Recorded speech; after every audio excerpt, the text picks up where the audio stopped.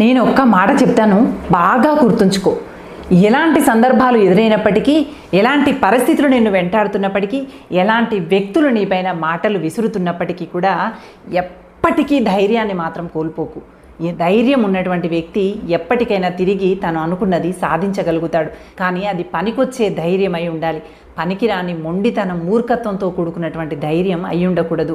ధైర్యం ఎలాంటిదంటే సముద్రం లాంటిదట. సముద్రంలో రాయి విసిరితే రాయే అడుగు పడుతుంది, కానీ సముద్రానికి ఏమైనా నష్టం అవుతుందా చెప్పండి? అదిగో అలాగే మీ పైన మాటలు విసిరినటువంటి వాళ్ళు మీ ధైర్యం ముంగిట సాగిలా పడిపోయి వాళ్ళే అట్టడుగు స్థానానికి చేరిపోవాలి. అంతే తప్ప వాళ్ళు విసిరినటువంటి మాటలకో, వాళ్ళు సృష్టించినటువంటి పరిస్థితులకో లొంగిపోతే ఎలా చెప్పండి? సముద్రం అంతటి ధైర్యం నీ సొంతమైతే నిన్ను ఏ ఒక్కరూ అనచలేరు, ఏ ఒక్కరూ అవమానించలేరు. అందుకే ఒక్క మాట చెబుతున్నా, బాగా గుర్తుంచుకో.